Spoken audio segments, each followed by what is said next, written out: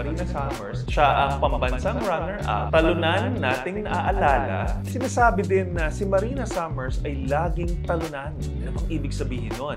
Una, maski na 2019 pa lang ay nag-drag na si Marina Summers. Yung first season ng Philippine Drag Race, 7 times nanalo out of 9. Pero si Precious Paula Nicole pa rin ang nanalo. Anong nangyari? This brings me back to the time where si Charis Pempenko natalo kay Sam Concepcion, if you remember that.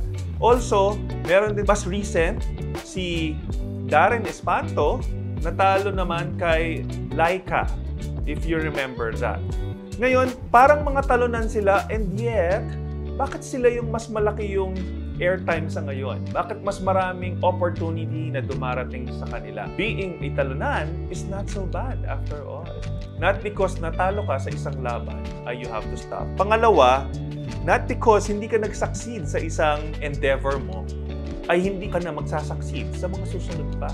Probably, kaya din siya natalo ay may mas malaki kasi siyang stage. Not to mention, isama na rin natin, medyo indirectly pareho, si Catriona Gray, who didn't win the title of Miss World and yet became Miss Universe.